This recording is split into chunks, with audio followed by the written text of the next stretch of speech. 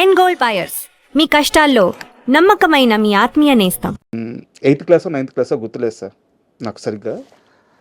Paper చదవడం వచ్చు, కవితలు రాయడం వచ్చు. అవి కవితలని నేను అనుకునే వయసు. కానీ అలా రాసే వాళ్ళని రైటర్ అంటారని, రైటర్ అంత సెన్సిటివ్గా ఉంటాడని ఆలోచించి ఏం తెలియదు. భయంకర ఇంట్రోవర్ట్ నేను. నాలాంటి ఒక క్యారెక్టర్ని నేను తొలిసారి సినిమాల్లో చూసుకుంది సత్యం మూవీలో, సుమంత్ గారిలో చూసుకున్నాను. ఓకే, నేను రైటర్ అయిపోవాలి. ఆ రోజు పడింది బీజం. ఆ సినిమాలో పాటలు కానీ, చిక్రి గారి విశ్వరూపం అది. మాటలు కానీ, ఆ తనికెళ్ళ వర్ణ గారి దగ్గర కూర్చొని చెప్పే మాటలు కానీ, చెల్లెలతో ఉండే మాటలు కానీ, నాన్నతో ఉండే మాటలు కానీ. సో ఆ సినిమాకి మీరు ఫస్ట్ డైలాగ్స్ రాశారు. ఏ రోజన్నా మీరు కనిపిస్తే నేను మీకు థ్యాంక్స్ చెప్దామని చెప్పి అనుకున్నాను. ఎందుకంటే ఒక వ్యక్తిని ప్రభావితం చేసిన సినిమా, ఒక వ్యక్తిని ప్రభావితం చేసిన పని, ఆర్ట్. నేను ఒక్కరినే అవ్వచ్చు, నాలాగా ఇంకెవరైనా ఉండుండొచ్చు, బట్ నా జీవితానికి ఉపయోగపడే సినిమా అది. Thank you sir, thank you. ఆ సత్యం ఎక్స్పీరియన్స్ ఏమైనా చెప్పండి సార్. డైరెక్షన్ కోసం కథ రాసాం, శ్రీచందన. అది రోజు వెళ్ళి సుప్రియ గారికి చెప్పాలి. సుప్రియ గారు వాళ్ళ అన్నయ్య సుమంత్తో సినిమా తీస్తుంది అని ఆశ. అప్పుడు సుప్రియ ఏంటంటే ఆహా అనే ఒక సినిమాతో ఎగ్జిక్యూటివ్ ప్రొడ్యూసర్గా వచ్చి అన్నపూర్ణ స్టూడియోస్, చిన్న అమ్మాయి, నాకంటే 25 ఏళ్ళ అమ్మాయి ఏమో నేను అప్పుడు వెళ్ళేటప్పటికి. మరి ఇప్పటికీ అలాగే ఉంది అమ్మాయి, అప్పుడు చాలా ఎక్స్పీరియన్స్డ్గా ఉంది. ఇప్పుడు ఆశ్చర్యపోతున్నా నేను. ఆ 25 ఏళ్ల వయసులోనే చాలా మెచ్యూర్డ్గా ఆలోచించేది, చాలా చాలా ప్రొడక్టివ్గా ఆలోచించేది. అమ్మాయి కథ చెప్పాం. కథ చెప్తే బాగుంది బాగుంది బాగుంది బాగుంది సుమంత్కి చెప్పించారు ఒకరోజు. 3 నెలల తర్వాత సుమంత్ విని బాగుంది బాగుంది నాగార్జున గారికి చెప్పాలన్నారు. నాగార్జున గారికి ఓ రోజు చెప్పడానికి వెళ్ళామండి అన్నపూర్ణ స్టూడియోస్లో.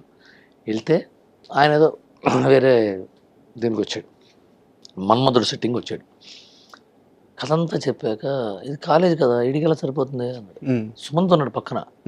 సుమంత్ కూడా అప్పుడు 2 ఫ్లాప్లే, పెళ్లి సంబంధం అని, యువకుడు అని, ఎవరైనా ఫ్లాప్ ఉండే. తను అన్నపూర్ణ స్టూడియోస్లో సినిమా చేద్దాం. అసలు నాకు జుమ్మంది. మా సంవత్సరం తిరిగాము అన్నపూర్ణ స్టూడియోస్లో, సినిమా కథ వద్దన్నాడు. కరెక్టే కదా కదా, ఈడికి సూట్ అవుతుంది, కాలేజ్ స్టూడెంట్, ఎంత ఉన్నాడు పొడుగ్గా, ఈడి కాలేజ్ స్టూడెంట్ ఏంటి అన్నాడు. సుమంత్ మొహంలో నేను అప్పుడు మార్పు చూసి ఇప్పటికీ నాకు గుర్తుంది. సుమంత్ ఫేస్లో డిసప్పాయింట్మెంట్. మామకు నచ్చలేదు, చిన్న మామకు నచ్చలేదు. బయట సుప్రియ ఉంది. సుప్రియ కోసం బయటకు వచ్చాం. వస్తే అమ్మాయికి ఏమైంది అన్నది అన్నాడు నాగార్జున. అమ్మాయి తీసుకోవాలి. She's very practical woman, very very down to the earth girl. Annapurna Studios అధినేత నాగేశ్వరరావు గారు మనవరాలు అమ్మాయి. నేను ఓకే చేసిన కథ మామ ఎలా కాదంటాడు అనొచ్చు కదా, ఏమనలేదు. ఓకే మామ, వెరీ డీసెంట్ ఉమెన్. నాగార్జున గారు బయటకు వెళ్తుండే, వెనకాలే నేను శ్రీహరి నడుచుకుంటూ వెళ్తున్నాం.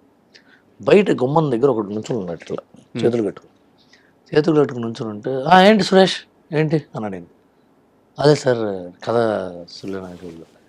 సుజిత బ్రదర్, ఆయన ఆజాద్ సినిమా జరుగుతుంది. ఆజాద్లో సుజిత అని, ఆయన బేబీ సుజిత్ ఉంది కదా, పసివాడి అమ్మాయి సిస్టర్ క్యారెక్టర్. ఆ సిస్టర్ వాళ్ళు అన్నయ్య ఇతను సురేష్. నాకు కాదు, సుమంత్ గారు ఉంటే చూడొచ్చు కదా అన్నాడు ఆయన. సుమంత్ వంగ చూశాడు. నేను ఇతను నాగార్జున కథ చెప్పడానికి వచ్చాడు. ఖండిపా సార్, ఖండిపా ఈ రైటర్ని పెట్టుకో, బాగానే చెప్పాడు కదా అన్నాడు. అసలు ఎందుకు అనాలైనా కథ నచ్చలామని చెప్పింది అంటే ఆయనకి ఏదో స్పార్క్ కనిపించింది. అంత గొప్పవాడంటే నాగార్జున గారు. డైరెక్టర్ని ఇంటికి పిలిచాడు 2 రోజు. ఇది నాకు తెలియదు కదా, ఇప్పుడు పూర్తి చేస్తా. సుమంత్ ఖండిపా సార్ అంటే, ఇతను బయటకు బాగానే చేశాడు రే అన్నాడు. అని బయటకు వచ్చి అతను ఆ స్టూడియో చూడడానికి వెళ్ళిపోయాడు. మేము ఇద్దరం ఉన్నాం. Hello Suresh, hello Ravi, coffee తాదా అన్నాడు. ఇద్దరు అన్నపూర్ణ స్టూడియోస్ బయటకు వచ్చి టీడీపీ పార్టీ ఆఫీస్ పక్కన ఒక టీ స్టాల్ ఉండేది సార్. ఇప్పుడు ఉందో లేదో మరి. ఇప్పుడు లేదు సార్, ఈ మధ్య తీసేసినట్టున్నారు. అక్కడ టీడీపీ పార్టీ సామాన్లు కూడా అమ్ముతుండే, జెండాలు ఇక్కడ ఒక కాఫీ మెషిన్ ఉంది. ఫస్ట్ టైం నేను మెషిన్ చూస్తుండే అక్కడే. నొక్కితే కాఫీ రావడం ఏంటని ఆశ్చర్యం కదా. ఇప్పుడు సుమంత్కి ఏం చెప్తాం.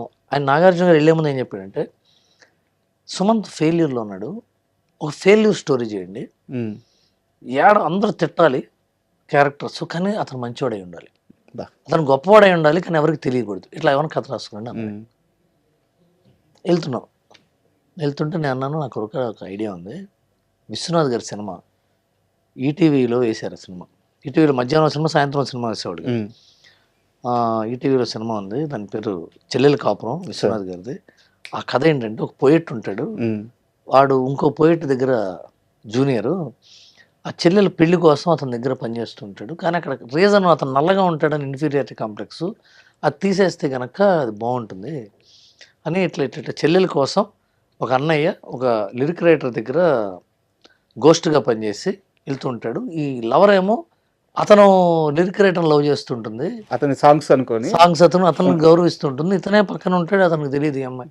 ఇది కదా అంటే సూపర్ అని సురేష్ మళ్ళీ వచ్చాడు. అప్పుడే నాగార్జున కారెక్కుతున్నాడు. కారెక్కుతుంటే సార్ ஒரு కథ ఇరుకు సార్ అన్నాడు. అప్పుడే ఇరుక వీడేం చేశాడు సురేష్, పెద్ద ఇంకో కథ రాశాడు. సార్ నేను హీరోగా చేయడం కోసం కథ రాసుకున్నాను సార్, అది మీరు అడుగుతున్నారు కాబట్టి చెప్తాను అనుకుంటున్నాను. నువ్వు హీరో ఎప్పుడేం చేయొచ్చా, ఇప్పుడు నాకు కథ కావాలి కదా, నువ్వు చెప్పు అన్నాడు. చెప్పాడు. బాగానే ఉంది, ఇది బాగుంటుంది సుమంత్ చేస్తే, ఓ సూపర్ గుడ్ వాళ్ళు చేస్తారు కదా, రాజా, సూర్యవంశం, అలా హీరో మంచోడు కానీ అందరూ తిడుతూ ఉంటారండి, అలాంటి స్టైల్ ఇది వర్కౌట్ అవుతుంది, విజేత ఈ స్టైల్లో ఉంది, ఇది చేద్దాం, ఇది కూర్చోబెట్టు సుప్రియ, మనం కాటేజీలో కూర్చోబెట్టి చేయించు చేద్దాం అన్నాడు. ఓకే అయిపోయింది సినిమా. జడ్జిమెంట్ సార్, ఓకే అయిపోయింది సార్, స్పాట్లో ఆ జడ్జిమెంట్ ఓకే. సో ఆ రోజు జడ్జిమెంట్తో నా జీవితం స్టార్ట్ అయ్యింది సత్యంలో. అక్కడి నుంచి ఇంకా ఎస్ గోపాల్ రెడ్డి గారు కెమెరామెన్ గారి ఇన్వాల్వ్మెంట్, ఆయన కూర్చోబెట్టి ప్రతి కథ వినేవాడు, సీన్ వినేవాడు.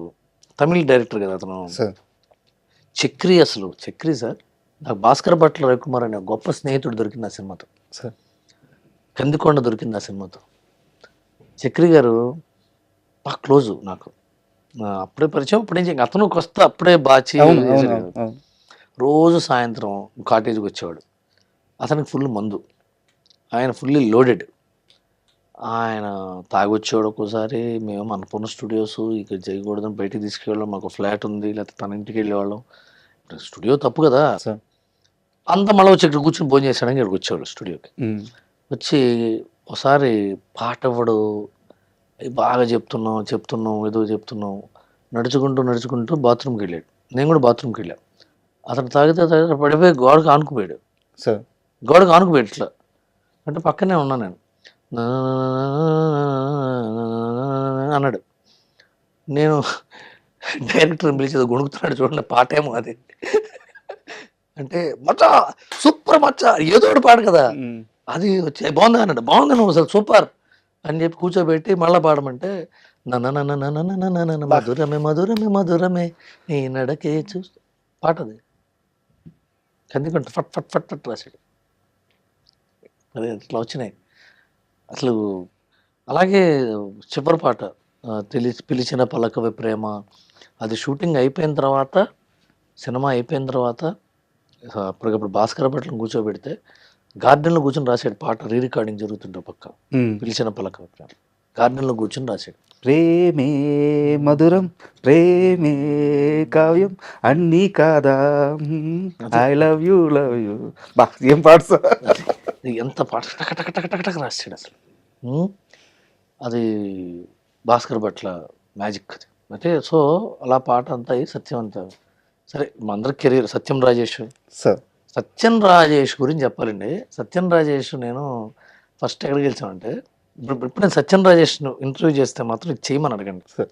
సత్యం రాజేష్ స్లో మోషన్లో నడవటం అనే విద్య తెలుసు. ఓకే, మామూలుగా నడుస్తాం కదా, అదే స్లో మోషన్లో ఇట్లా నడుస్తుంటాడు. అదొక విచిత్రమైన స్టైల్, అప్పటికి రాదు అది.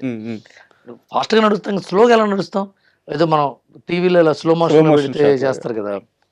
జోరుగా హుషారు కానీ చంద్రమహేష్ సినిమాకి, చంద్రమహేష్ గారు కూడా చేశారు, అది కూడా చూశాను. ఆ చంద్రమహేష్ గారి సినిమాకి అతను యాక్టర్గా వచ్చాడు, చిన్న యాక్టర్. ఓకే, దాంట్లో మా ఫ్రెండ్ జేకే అని అబ్బాయి, మా రూమ్మేట్ ఉంటే అతన్ని పెట్టడానికి, దానికి కోటాల షో డైలాగ్ రైటర్ జోరుగా హుషారుగా. సో ఆ జేకేని పెట్టడానికి వెళ్ళినప్పుడు సత్యం రాజేష్ స్లో మోషన్లో భలే ఉన్నాడే అనుకుని మా ఆఫీస్కి, మా రూమ్కి వస్తే అక్కడ సత్యం డైరెక్టర్ సూర్యకిరణ్ పరిచయమే సురేష్, ఆ సినిమాలో పెట్టాం. అతనేంటి, అతనికి వర్షం సినిమా వచ్చింది.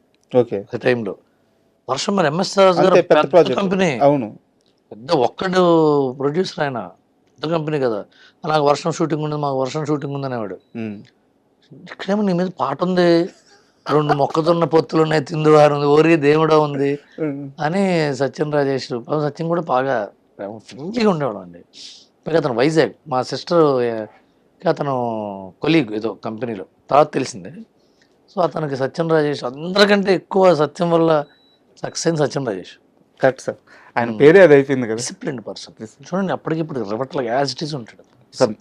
అంటే ఇది చెప్పొచ్చో లేదో తెలియదు కానీ నిజానికి మధ్యలో ఆయన టాలెంట్కి తగ్గ సినిమాలు కూడా రాలేదు ఆయనకి, బట్ అప్పుడు కూడా ఆయన ఎంతే స్ట్రాంగ్గా ఉన్నారు. ఈ హీరోల ఫ్రెండ్స్ పరిస్థితి అదేనండి. హీరోల ఫ్రెండ్స్ మారుతుంటారు. హీరో వయసు మారే కొద్దీ హీరో ఫ్రెండ్స్ని తగ్గిస్తుంటారు వయసు. అది అంతే. కానీ తను మంచి యాక్టర్, సో బ్రిలియంట్ యాక్టర్, అసలు super. I really love him as actor. Praveen